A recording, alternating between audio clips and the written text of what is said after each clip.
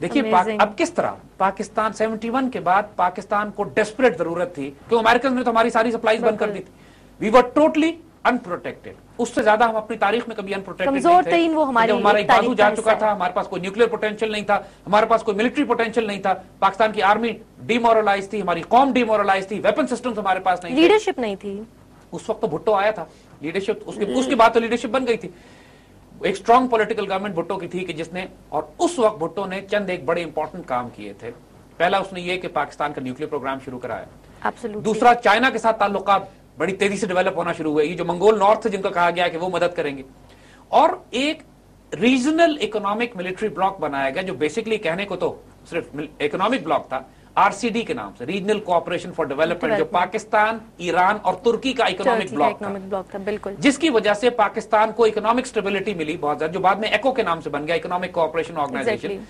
तो नेमतुल्लाह जी ये बता रहे हैं कि उस फसाद के बाद जब मुसलमानों का सबसे बड़ा शहर कत्लगाह बनेगा, मुसलमानों पर जुल्म होगा, मुसलमानों के हुक्मरान अंदर से दुश्मनों से मिले हुए होंगे, उस सारी तबाही के बाद जब मुसलमान रीग्रुप करेंगे, तो वो ये 3 कंट्री, तो ये जो बचा हुआ पाकिस्तान है, बचा हुआ मुसलमानों का इलाका है, ये जो गर्ब का मुसलमान है, जब उन्होंने शर्क और गर्ब के मुसलमानों की बात की तो मशरकी पाकिस्तान और मगरबी पाकिस्तान की बात हुई, तो जो गर्ब के मुसलमान है वो रीग्रुप करेंगे चाइना से मदद लेकर, ईरान से मदद लेकर और तुर्की से मदद लेकर, और वो तमाम इकोनॉमिक ब्लॉक्स और मिलिट्री ब्लॉक्स जो हमने बनाए, उनकी भी एक झलक इसमें हमको इस शेयर में मिलती है कि how did Muslims reorganized us, how did we reorganized us, and this is so to the point and so brief, this is so accurate कि people actually get into a state of disbelief. यकीन नहीं आता कि लोग समझते हैं कि शायद ये शेर बाद में लिखे गए। Very true.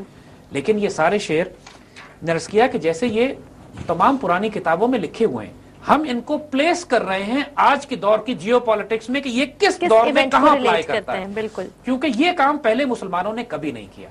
ज्यादा से ज्यादा काम जो तारीख में किया गया है वो नेमतुल्लाह के शेरों को जमा करके संभाल के रखने की कोशिश तो की गई है, लेकिन उनको सीक्वेंस बाय सीक्वेंस जियोपॉलिटिक्स में अप्लाई करने के बाद अपनी फ्यूचर और प्रेजेंट स्ट्रेटजीज के ऊपर मैपिंग कभी नहीं हुई, और ये पहली दफा हम करने की कोशिश कर रहे हैं। दिस इज समथिंग जिसमें मजीद रिसर्च की जरूरत है और काम करना है।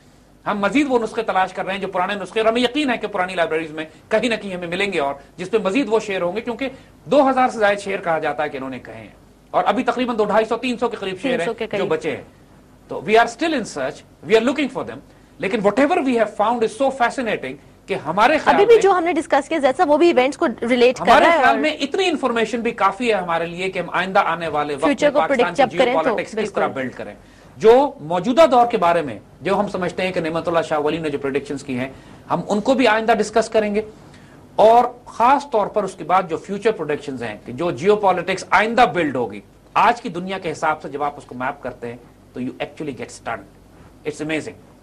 और इस सारी डायमेंशन को 1971 के बाद जो डेवलपमेंट्स होती हैं अब हम उनको डिस्कस करेंगे। राइट।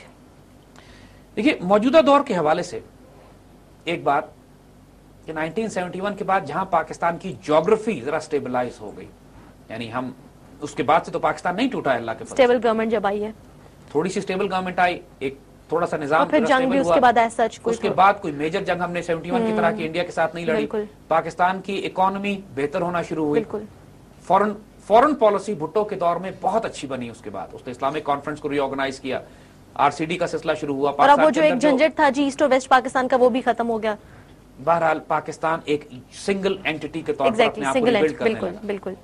मगर भुट्टो की जो सबसे बड़ी गलती थी, जो तारीख की बदतरीन गलतियों में से, भुट्टो दीन को छोड़ दिया, दीन अबैंडन कर दिया था। ये वो दौर था कि जब पाकिस्तान टेलीविजन प्रैक्टिकली फौज फिल्में दिखाता था रात के वक्त, हालांकि एक ही चैनल था उस जमाने में। हाल ये हो गया था कि कराची की गलियों में शराबखाने खुल गए थे, कराची में सबसे बड़ा कसिनो बनने लगा था एशिया का, जो आज फनलैंड प्लेलैंड बना हुआ है कराची के साहिल पर, लेकिन उस जमाने में वो कसिनो के तौर पर, एक जुआखाने के तौर पर खुल रहा था। ये वो दौर था कि जब इखलाकी अनारकी उरूज पे जा रही थी, यानी मॉरल अनारकी, इखलाकी अनारकी, मजहब और दीन के मामले में इनकी धज्जियां उड़ाई जा रही थी। और इस कदर फहाशी, बुराई और बदकारी मुल्क में फैलना शुरू हो गई थी कि भुट्टो के खिलाफ रिएक्शन में निजाम मुस्तफा मूवमेंट चलाई गई थी 77 में। उसका नाम ही निजाम मुस्तफा मूवमेंट इसलिए था कि मुल्क के अंदर इस कदर आवाज़, वो रिएक्शन था उसका, उसका नाम निजाम मुस्तफा मूवमेंट दिया गया। तो नेमतुल्लाह उस सारे दौर के जो वाकयात बताते हैं कि उसके बाद आने वाले, और even up till today practically, यानी उस दौर में जो माशरे का जवाल शुरू हुआ, जो डेकेडेंस शुरू हुई, जो अखलाकी जवाल आया, जो उलमा का जवाल आया, जो हमारी मॉरल और रिलीजियस वैल्यूज का जवाल आया, उस सारे दौर की एक तस्वीर खींचते हैं नेमतुल्लाह शाह वली आइंदा अपने आने वाले तमाम अशार में जो प्रेजेंट दौर को रिप्रेजेंट करते हैं कि आज अगर आप प्रैक्टिकली देखें तो पाकिस्तान में आपको यही हालात नजर आएंगे। मगर इसके बाद फिर मुसलमान किस तरह रीग्रुप करते हैं, फरमाते हैं कि आलिम अपने इल्म पर गिरियाजारी करेंगे, रोएंगे, और दाना लोग अपने फहम पर गिरियाजारी करेंगे। यानी जो आलिम वाले इल्म लोग हैं वो रोएंगे कि उनके इल्म को कोई सुनने वाला नहीं है। जो दानिश्वर लोग होंगे, जो समझदार लोग होंगे, वो पिटेंगे, रोएंगे इस बात पर कि उनका इल्म कोई सुनने वाला नहीं है। और नादान लोग उरिया नाच गानों में दीवानावार मसरूफ होंगे। यानी नाच गाना, म्यूजिक, फाशी, बुराई, बदकारी, फिल्में, ये सब चीजें नादान लोग, जाहिल लोग जो हैं इस तरह मस्त होंगे रक्स और नाच गाना और सुरूर में कि जो उलमा हैं, जो दानिश्वर हैं, वो सर पीटेंगे कि ये कौम और मिल्लत का हशर क्या हो गया। ये वो ऐसा दौर आ जाएगा कि जब इल्म और हिकमत खत्म हो जाएगी, कि जब जाहिल लोग पूरे माशरे में इस तरह फहाशी, बुराई और बदकारी को आम कर देंगे कि इंसान हैरान होगा कि ये कौन सा दौर, कौन सा जमाना शुरू हो गया है। 71 के बाद वाले पाकिस्तान में प्रैक्टिकली ये दौर शुरू हो गया था। आप लोगों ने तो खैर, आप तो बहुत छोटे हो गए, आपने तो पैदा भी नहीं हुए ज़ाहिर उस दौर में, मगर जो बुजुर्ग है उनसे पूछेगा कि उस दौर में क्या हालात पाकिस्तान के हो गए थे। फिर फरमाते हैं कि हुजूर सल्लल्लाहु अलैहि वसल्लम की उम्मत से ऐसे ऐसे मुजरिमाना फेल होंगे और ऐसे ऐसे गुनाह होंगे कि बताए नहीं जा सकते। यानी अफवाल मुजरिमाना, आमाल आसियाना, जो लफ्ज वो इस्तेमाल करते हैं कि हुजूर सल्लल्लाहु अलैहि वसल्लम की उम्मत ऐसे गुनाहों में मुब्तला हो जाएगी जो नाकाबिले बयान है, जो कि ना यानी मुमकिन तसव्वुर नहीं कर सकता। एक स्टार्ट हो जाएगा, मतलब एक वो निजाम शुरू होगा। और ये अब उस दौर का जो जवाल है उसकी पूरी तस्वीर नेमतुल्लाह ने खींची है, जो हम आइंदा आने वाले प्रोग्रामों में डिस्कस करेंगे। और उसके बाद फिर हम पहुंचेंगे करंट दौर में कि आज के दौर से लेके ऑनवर्ड्स फिर हम क्या देखते हैं कि modern geopolitics and predictions of Nematullah Wali ये कहां कन्वर्ज करेंगे, ये हम आइंदा देखेंगे।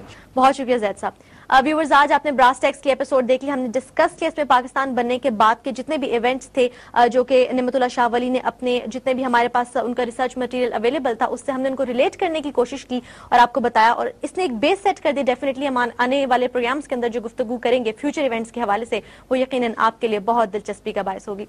तब तक के लिए इजाजत दीजिएगा। अल्लाह हाफिज।